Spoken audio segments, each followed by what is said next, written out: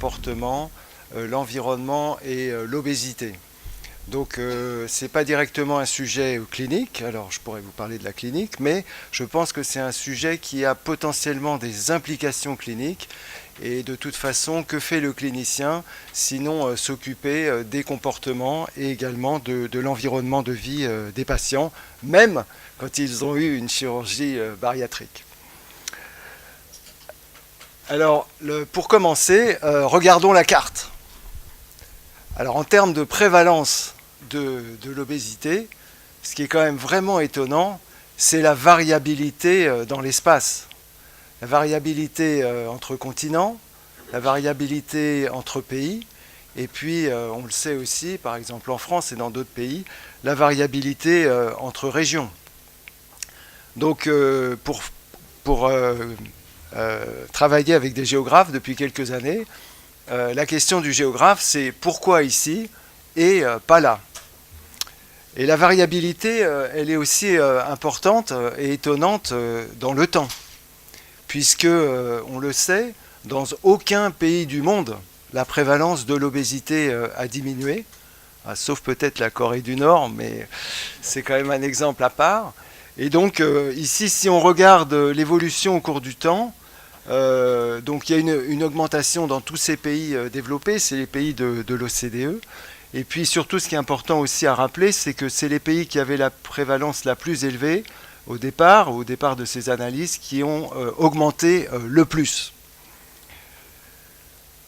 Alors, le mot environnement, c'est assez vague, et donc il a un sens très différent en fonction des disciplines. Il y a l'environnement du climatologue, l'environnement du politicien, du toxicologue, de l'épidémiologiste, du généticien ou du spécialiste du microbiote. Donc en tout cas pour les généticiens, je pense que l'environnement, c'est tout ce qui est en dehors du gène. Et donc ici, c'est un article très récent, je crois qu'il est sorti il y a une quinzaine de jours dans le JAMA, et qui montre que pour l'obésité, le rôle de l'environnement est sans doute de plus en plus important. Je ne sais pas si vous avez vu cet article. Donc ici, il s'agit d'un score de risque génétique à partir des polymorphismes qui sont considérés comme les plus significatifs vis-à-vis de l'obésité. Donc en regard de la prévalence de l'obésité ou d'une prédiction de l'IMC, et vous voyez que cette relation est d'autant plus forte qu'on s'adresse à des cohortes de naissance plus récentes. Donc l'environnement, c'est un sujet de plus en plus important. Merci de m'avoir invité. Alors en termes de déterminants, bien sûr, on sait que les déterminants de l'obésité sont multiples. On a parlé de la biologie beaucoup aujourd'hui. On sait que l'obésité est sous la dépendance de facteurs sociétaux, de facteurs psychologiques, et puis des comportements, bien sûr, c'est les médiateurs évidents, donc les consommations alimentaires, mais aussi l'environnement alimentaire, la production, la distribution alimentaire. Et puis l'obésité est déterminée aussi par notre niveau d'activité physique, mais aussi l'environnement d'activité physique, ce qui va permettre la réalisation de l'activité physique. Donc on connaît ce schéma, hein, c'est le schéma du projet Foresight en Angleterre, qui est supposé prendre en compte tous les facteurs possibles à l'origine de l'obésité. Mais ce que dit mal ce schéma, c'est l'aspect causal en fait, les relations causales entre les différents facteurs. Alors ça, c'est un schéma complexe. Pour faire beaucoup plus simple, on peut imaginer une chaîne dans laquelle, effectivement, des facteurs de l'environnement au sens large vont déterminer nos comportements, notre mode de vie, qui va déterminer la prise de poids et l'obésité, qui va avoir une influence sur la morbidité, la mortalité et un coût pour la société. Alors bien sûr, c'est trop simple, et puis on sait bien que l'environnement peut avoir des effets directement sur la morbidité, que le mode de vie peut avoir des effets directement sur la morbidité, mais c'est utile pour la réflexion. Alors dans ce schéma, on peut imaginer effectivement que les comportements d'intérêt pour nous vont être des causes pour la prise de poids et l'obésité. Donc là, on s'intéresse aux habitudes alimentaires, l'activité physique, la sédentarité, qui est un concept différent, j'en reparlerai, la consommation d'alcool, le tabac, le sommeil, un sujet très important. Donc ça pourrait être les causes. Et puis il y a les causes des causes. Donc on remonte en amont, on est beaucoup plus dans la prévention. Et on va s'intéresser à certains facteurs de l'environnement au sens large, qu'on peut classer de façon très schématique en environnement physique ou environnement bâti, donc tout ce qui est de la main de l'homme, et puis l'environnement social. Alors en particulier dans le domaine de l'environnement bâti, on s'intéresse beaucoup à la façon dont notre habitat est organisé. Donc il y a des notions sur l'utilisation du sol, la répartition entre le résidentiel, le commercial, l'industriel, l'agricole, et puis l'étalement urbain, c'est-à-dire la dispersion de l'habitat. C'est des variables très importantes et pour la santé et pour l'obésité. Et puis bien sûr, on va s'intéresser à tous les équipements, toutes les installations, les ressources qui vont avoir directement un impact sur nos comportements d'alimentation et d'activité physique, les parcs, les espaces verts, les équipements sportifs, les infrastructures de transport, et puis pour l'alimentation, les commerces alimentaires, les restaurants, etc. Et puis pour l'aspect social, bien sûr, on n'en a pas beaucoup parlé aujourd'hui, mais l'aspect sociétal et social, socio-économique de l'obésité est majeur, que ce soit au niveau individuel ou au niveau des quartiers, par exemple. Alors l'environnement, c'est quand même un peu la boîte noire. Et on a beaucoup de choses à apprendre sur les relations entre l'environnement et nos pathologies d'intérêt, l'obésité, mais de façon peut-être plus générale, les pathologies cardio-métaboliques. Alors les comportements, le mode de vie, c'est peut-être plutôt la boîte grise, quoi, disons. Donc on sait plus de choses, mais franchement, je suis convaincu qu'on a encore beaucoup de choses à apprendre. Donc ce qu'on cherche à développer dans ce domaine, dans les différents projets qu'on a pu conduire dans cette thématique, depuis à peu près une dizaine d'années, avec des projets multidisciplinaires où on essaie d'associer des cliniciens, des épidémiologistes, des géographes, des sociologues, c'est comment mieux analyser le rôle des comportements en lien avec l'obésité, comment mieux analyser les facteurs d'environnement, la boîte noire, comment mieux comprendre les relations entre les deux, et puis est-ce que ça a des implications en termes de santé publique ou en termes de prise en charge des patients. Donc pour développer un petit peu cette thématique, pour montrer des choses un peu nouvelles et pour stimuler la réflexion, c'est le mandat qu'on nous a donné, je vais m'appuyer sur les données d'un projet européen auquel on a pu participer au cours des 4 dernières années. Ça s'appelle le projet Spotlight. Donc il y a un projet dont une partie à laquelle on a été associé est directement impliquée sur essayer de mieux comprendre l'environnement obésogène. Et ceci dans 5 pays, donc la France, le Royaume-Uni, les Pays-Bas, la Hongrie et la Belgique. Donc dans ce projet, ce qu'on a pu faire, c'est effectivement collecter des nouvelles données sur des sujets par questionnaire, un questionnaire en ligne, à la fois sur leur mode de vie, de façon assez large, et aussi sur leur perception de leur environnement de vie, ce qui est très important. Et puis parallèlement, on a pu faire un audit de différents quartiers, et en utilisant une technique assez innovante. Et donc ceci a été fait au niveau de quartiers dans ces 5 pays. Donc la stratégie de sélection des quartiers était basée sur 2 idées. La première idée, c'était de maximiser la variabilité des caractéristiques entre les villes à étudier ou entre les régions urbaines à étudier. Donc on a choisi 5 zones urbaines dans 5 pays. Donc ces zones urbaines, c'était des grandes zones urbaines, donc Paris et la Petite Couronne, le Grand Londres, Amsterdam, Rotterdam, Utrecht, ça fait une grande zone urbaine, Budapest en Hongrie et autour de Ghent, Gand en Belgique. Et puis la deuxième stratégie, c'est de maximiser la comparabilité des quartiers entre les villes. Et donc on a développé une stratégie d'échantillonnage original. Donc dans nos 5 pays, on a choisi 2 variables dont on sait qu'elles sont associées à l'obésité, des variables d'environnement. C'est le niveau socio-économique des quartiers et la densité résidentielle. Plus la densité résidentielle est basse, plus l'obésité et le risque d'obésité est élevé. Donc en fonction de ces 2 variables, avec des niveaux élevés ou faibles de ces 2 variables, on avait 4 types de quartiers. On a sélectionné 3 quartiers dans chacun de ces types de quartiers, 12 quartiers par pays, 60 quartiers au total dans les 5 pays. Et donc dans chacun de ces quartiers, on a fait un audit des caractéristiques environnementales et une enquête chez des sujets habitant dans ces quartiers. Donc la première étape, le premier axe, c'est de mieux comprendre les comportements. Alors ici, juste en termes de prévalence de l'obésité dans cet échantillon, donc on a à peu près 6000 sujets dans ces différentes zones urbaines. Donc pour avoir une idée des sujets, donc ils ont 52 ans en moyenne, 56% sont des femmes, le BMI moyen est de 24,6, 46% sont en surpoids, 13% en obésité. Et vous voyez ici, les prévalences de surpoids sont très variables en fonction des différentes zones urbaines auxquelles on s'intéresse. La plus élevée, c'était en Belgique, et les deux plus faibles dans les grandes villes de Paris et de Londres. Alors comme on peut s'y attendre, effectivement, on retrouve avec notre questionnaire des comportements qui sont associés à un plus grand risque d'obésité. Alors ça paraît banal de montrer ça, mais c'est pas si facile à trouver forcément. Ça tombe sous le sens, mais on ne le retrouve pas forcément toujours dans les analyses.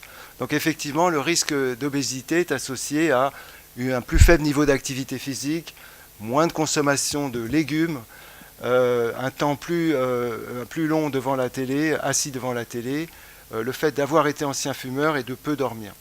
Mais ce qui nous intéresse surtout, c'est de comprendre s'il y a une hiérarchie entre ces comportements. Est-ce qu'il y en a un ou plusieurs qui sont plus fortement ou plus précocement associés? C'est une étude transversale. Donc on essaye de voir quelle est la hiérarchie des comportements en lien avec le surpoids. On est dans cette partie-là de notre schéma. Et donc c'est des analyses qui ont été conduites par Céline Roda, quand elle travaillait avec nous. Donc c'est des analyses d'un arbre décisionnel, des analyses de classification et de régression qui permettent de trouver avec des nœuds successifs quelles sont les variables qui vont être sélectionnées en premier. Et la variable qui a été sélectionnée en premier chez nos 5000 sujets, 46% de surpoids, c'est en fait le temps passé assis devant la télévision. Et donc ça c'était assez surprenant, on ne pensait pas que ça serait le premier facteur. Et le deuxième facteur, après, quand on continue cet arbre, c'était le statut tabagique. Effectivement, le fait d'être un ancien fumeur était très fortement associé au risque d'être obèse. Et après, on retrouvait plus loin dans l'arbre des facteurs qui sont plus habituels, comme une faible activité physique, faible consommation de légumes, etc. Mais donc le premier facteur qui est sorti dans cette analyse, c'est le temps sédentaire. Et donc ça permet d'insister sur l'importance de ce temps sédentaire comme facteur de santé. Et vous savez que dans notre vie, on passe énormément de temps assis et que c'est devenu un vrai problème de santé publique. Ici, des données qui viennent d'une étude de population en Australie avec des compteurs de mouvement, donc c'est des données objectives, qui indiquent qu'on passe à peu près 60% de notre budget de temps dans la journée assis ou sédentaire, avec 40% environ d'activité physique d'intensité faible et seulement 5% de temps passé à une activité physique modérée à élevée, qui est l'activité physique recommandée. Et donc le temps sédentaire, c'est un réel facteur pour la santé. Ça a été montré dans un article qui est sorti il y a quelques jours, en fait, dans American Journal Clinical Nutrition. Donc c'est des données, des analyses qui viennent de l'enquête de surveillance nutritionnelle américaine, NHANES, dans un échantillon d'à peu près 5000 adultes, avec des données de mesure objective de l'activité physique. Les sujets ont été suivis pendant 7 ans. Et donc il y a une relation qui est assez forte entre le temps passé en sédentaire, assis, et la mortalité, une relation positive. Et puis parallèlement, une relation négative avec le temps en activité modérée et intense, mais aussi, c'est assez intéressant, ce n'est pas le sujet, en activité d'intensité faible. Donc c'est vraiment un facteur assez intéressant et c'est aussi un facteur d'intérêt pour l'obésité. Le deuxième axe, c'est de mieux explorer les caractéristiques de notre environnement de vie, en particulier l'environnement construit. Alors il y a une notion qui est assez importante dans ce domaine, ce qu'on appelle la marchabilité ou le potentiel piétonnier des quartiers. Et donc la marchabilité, pour ceux qui font des analyses spatiales ou les géographes, c'est souvent une variable composite qui est formée à partir de différents indices, donc, qui associent la densité résidentielle, l'utilisation des sols, etc., et qui permettent de distinguer des quartiers à faible ou à fort potentiel de marchabilité. Et la marchabilité, c'est un lien assez fort avec l'obésité. Ça, c'est un article qui est paru dans le JAMA au début de l'année 2016.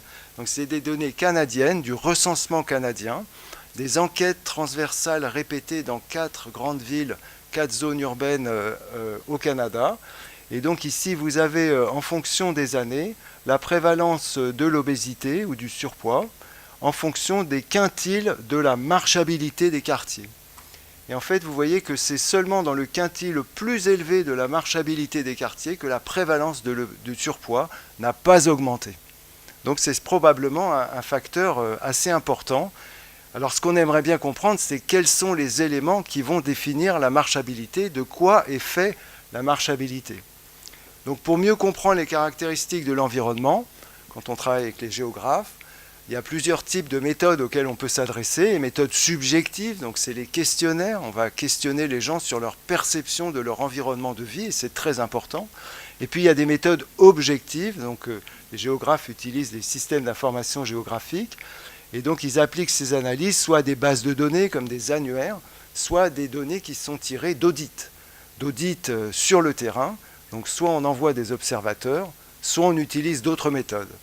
Et donc dans notre projet, on n'est pas allé sur le terrain pour les audits. On est resté dans notre bureau et on a utilisé Google Street.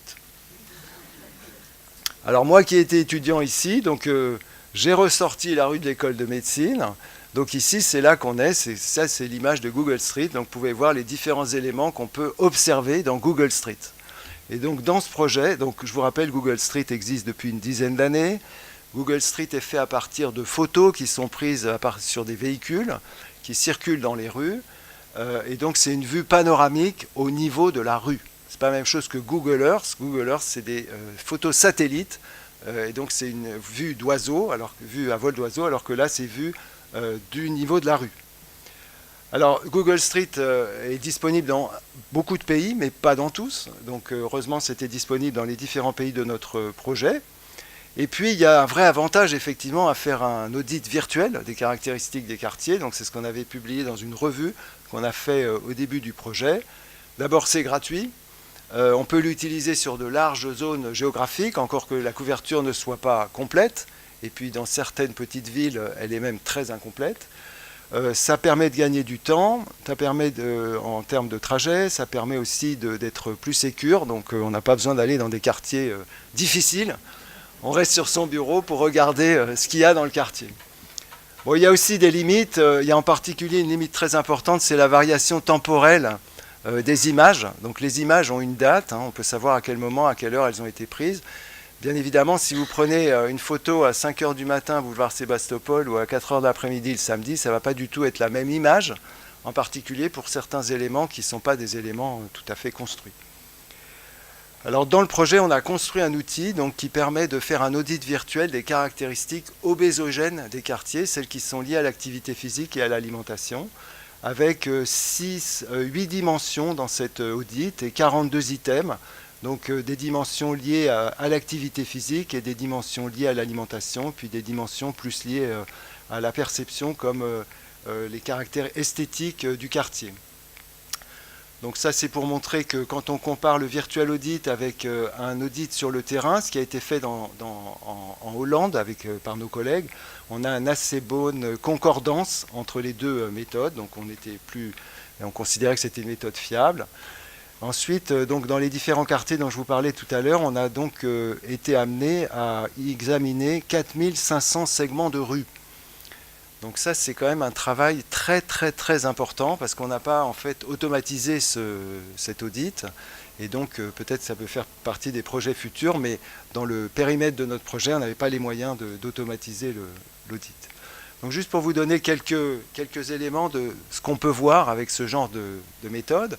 Donc là, c'est des éléments qui sont liés plus aux caractéristiques des immeubles et puis caractéristiques générales du quartier. Donc les données sont exprimées en pourcentage de rues ou de segments de rues qui comprennent un item. Donc là, c'est les items d'immeubles résidentiels, donc on est dans des zones urbaines, donc bien sûr, il y a beaucoup d'immeubles, donc il n'y a pas beaucoup de variabilité entre pays. Par contre, vous pouvez voir qu'il y a une variabilité importante en fonction des items, et puis pour certains items, il y a beaucoup de variabilité entre pays. Donc ici, c'est les déchets ou les détritus dans la rue. Donc là, c'est la diapo que n'aiment pas nos collègues néerlandais, parce qu'effectivement, vous pouvez voir qu'il y en avait beaucoup, beaucoup plus dans les rues hollandaises que nous avons auditées qu'à Paris ou à Londres, ce qui trouve faux, mais c'est ce qu'on a, c'est les datas. Donc ça vous montre aussi qu'il y a certainement une fiabilité différente en fonction des différents types d'éléments qu'on peut être amené à auditer. Donc ça, c'est le genre de photo où on peut effectivement marquer les différents éléments de l'environnement construit plus en rapport avec l'activité physique. Et puis pour ce qui a un rapport avec l'environnement alimentaire, donc là on voit qu'il y a un pourcentage de segments de rue qui avaient ces items qui est beaucoup plus faible que ceux qu'on vient de voir. Et puis il y a pas mal de variabilité aussi entre pays. Donc là où il y avait le plus de restaurants, c'était au Royaume-Uni. Et puis vous voyez que pour les fast-food, par exemple, c'était assez faible, en particulier ici en Hongrie. Alors ça, c'est pour nos amis anglais, donc le fish and chips. Alors il y a un point qui est important quand on a des données objectives, c'est de voir comment on peut les confronter aux données subjectives, de la perception des sujets. Et donc c'est une question qui a été posée par nos collègues hollandais à propos des fast-food. Donc la question qui se pose, c'est de savoir est-ce que l'accessibilité spatiale en termes de distance, de proximité, de facilité à des fast-food est liée à la consommation de fast-food, est liée à l'obésité ou peut-être est liée indirectement à la consommation de fast-food et à l'obésité. Et puis dans le système, ce qui est important à prendre en compte, c'est est-ce que les sujets effectivement ont une perception de la présence de fast-food dans leur environnement et surtout est-ce qu'ils les utilisent? Parce que finalement, ce qui est important, ce n'est pas seulement d'avoir quelque chose à proximité, mais c'est aussi de l'utiliser. On a tous des exemples de choses qui existent dans notre environnement, mais qu'on n'utilise pas.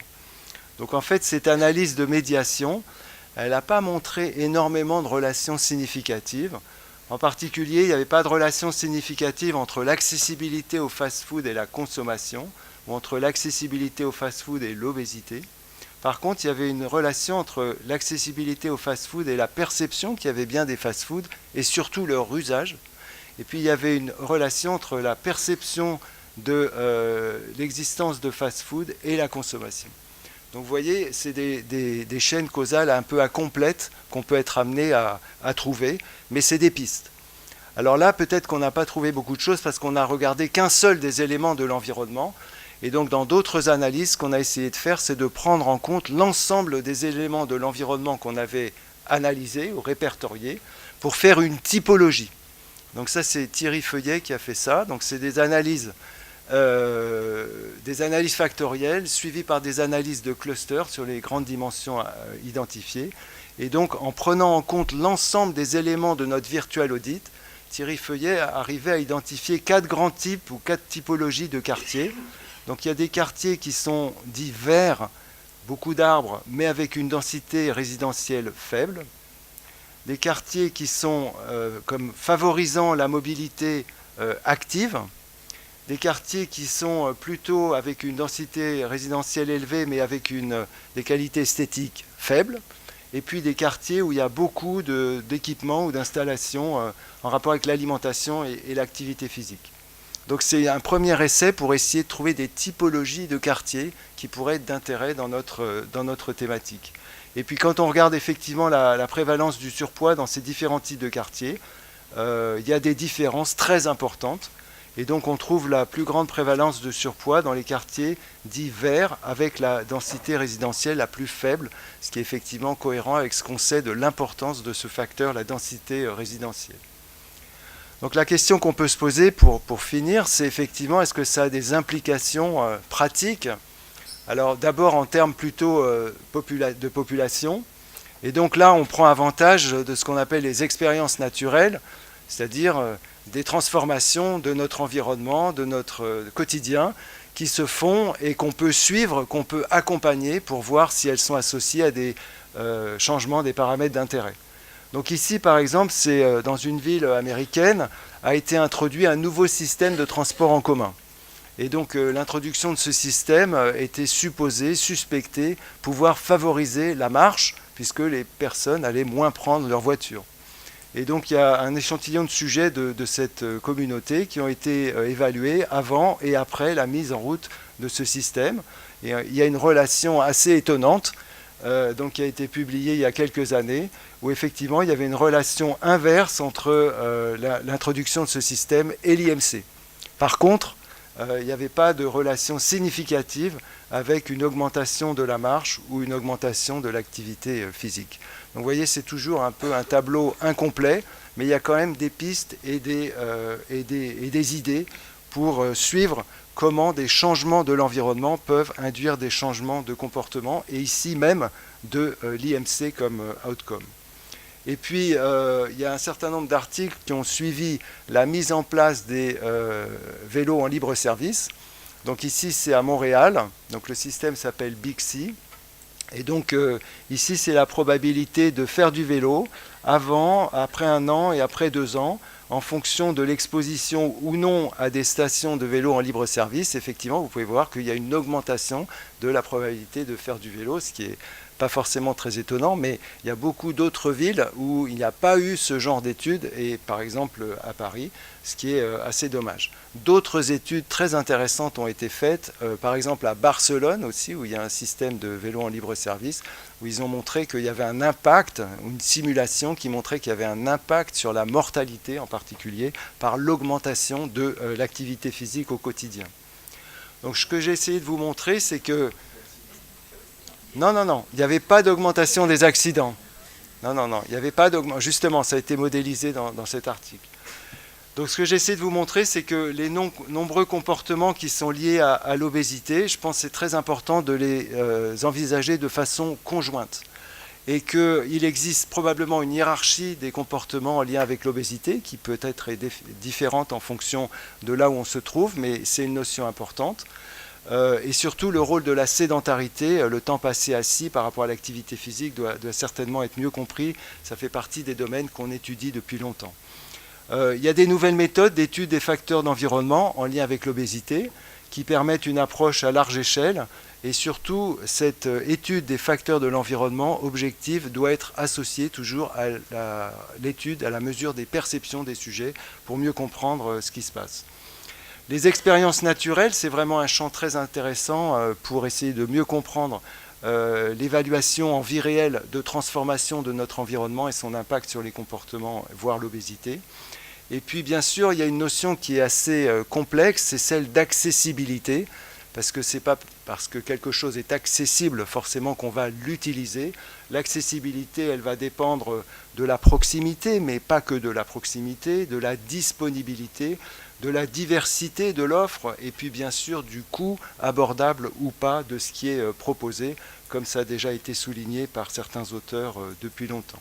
Donc oui, bien sûr, notre santé et probablement notre statut de poids va dépendre de là où on vit.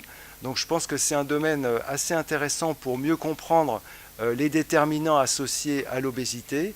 Et je pense que ça a aussi une importance pour les patients. Mais ça, c'est des études qu'on n'a pas encore commencées, mais qu'on va pouvoir réaliser, en particulier dans le cadre du projet Métacardis, qui est coordonné par Karine, et dans lequel on a collecté un certain nombre de données de ce type. Donc les personnes qui ont participé au projet européen Spotlight avec moi, c'est Hélène Scharrer, avec qui on travaille depuis plusieurs années, qui est géographe de la santé et qui est maître de conférence à Paris 12. Grâce au projet, on a pu recruter et travailler avec différentes personnes.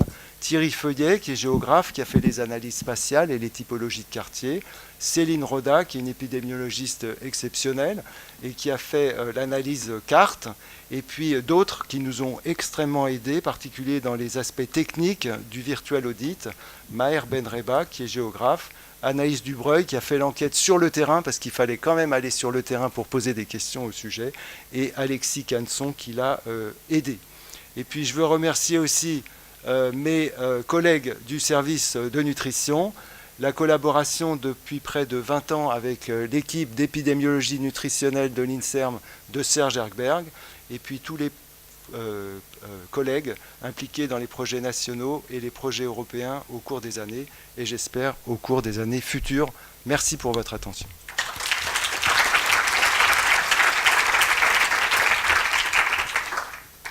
Tu es le champion des objets embarqués, monitorage en continu et autres. Donc avec les données que tu as aujourd'hui avec ces devices-là, est-ce que tu peux complètement recouper ce que tu as fait auparavant, ou est-ce que finalement c'est complètement remis en question?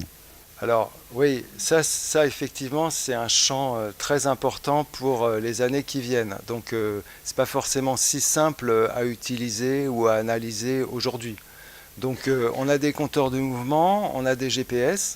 Donc il y a certaines équipes qui sont très avancées sur l'analyse du mouvement avec le GPS, etc. Mais je pense que d'associer ça avec des caméras, c'est ça pour voir où on est, ce qu'on mange, etc. Ça, c'est encore du futur. Et donc effectivement, ça va changer un certain nombre de données qu'on peut recueillir dans ce type de projet, mais ça ne changera pas le fait qu'on doit demander aux gens ce qu'ils pensent de leur environnement, et puis qu'effectivement, on peut caractériser aussi de façon plus large leur environnement. Donc ça va changer le niveau individuel. Bien sûr, c'est important. Oui, merci pour cette belle présentation. En fait, je voulais prolonger la question de Madame sur la question du statut socio-économique. Est-ce que vous avez regardé l'interaction entre statut socio-économique et sexe ? Parce qu'il y a effectivement un certain nombre d'études, certaines dates, qui avaient montré effectivement, au regard notamment des niveaux d'activité physique hebdomadaires habituels, qu'ils étaient les plus élevés chez les garçons de bas socio-économique et les plus faibles chez les filles de bas socio-économique. On avait vraiment les deux amplitudes. Là, on était chez des adultes, donc je ne sais pas si ça... Donc, comme j'ai dit à la question précédente, effectivement, on a essayé de prendre en compte le mieux possible le statut socio-économique du quartier et le statut socio-économique des individus, puisque le plus souvent, on a fait des analyses multiniveaux.